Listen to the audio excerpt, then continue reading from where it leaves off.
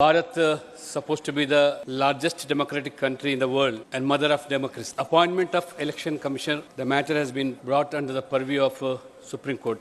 A temporary committee constituting Prime Minister, LOP and CJI until a law is enacted in the Parliament. But unfortunately, our friends, colleagues started saying that CJI has been removed from this three-member committee. Apart from Prime Minister, LOP, leader of opposition and an union minister. Subject to correction, LOP, I don't think there is a opposition status even for this present Congress party in the Lok Sabha. In spite of that, our Honorable Minister is liberal enough to include as a largest party's leader also been included in the three-member committee.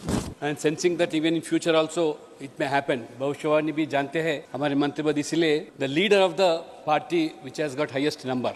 It's a purely a meritless criticism against this government on the appointment of this election committee. You all should introspect what has happened all these years. What was the methodology adopted in appointing the election commission at national level, even at state level, and how these election commissioners are functioning. I really appreciate one of our colleagues from BJD. They start now suspicious on even returning officers. This democracy would have not survived. I ask the appointment of the chairperson and staff of the tribunals, National Green Tribunal. Who is the authority in appointing? Same central government for the last many decades. And even the National Human Rights Commission, supposed to be the Prime Minister is the chairperson and the ministers concerned. And these people never brought a holistic law for regulating the appointment of CEC and election commissioners. The policy paralysis, though they were in power for more than 6 decades. So when the matter is brought to the Supreme Court, the government has tried its best to make it fulfilled. One of the comments made by former Chief Election Commissioner, sir, by name O.P. Rawat. I quote, sir, the issue before the Supreme Court was not who will be on the selection committee. It was why did you, the earlier government, not enact a law as promised or laid down in the Constitution. So you make a law until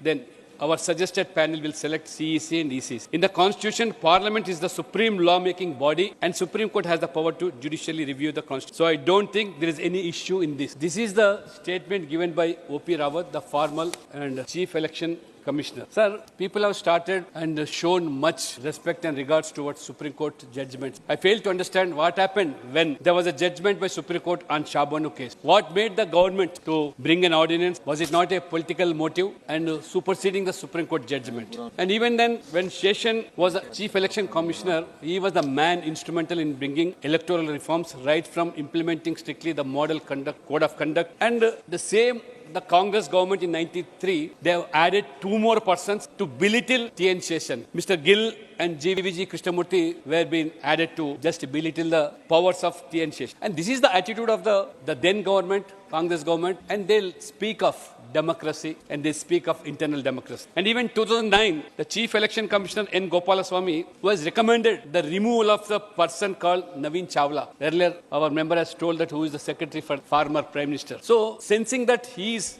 in a partisan attitude, working as a member in the Election Commission, Gopal Swami recommended for his removal. But unfortunately, the then government rejected the request of this chief election. This is the democracy which they adopted.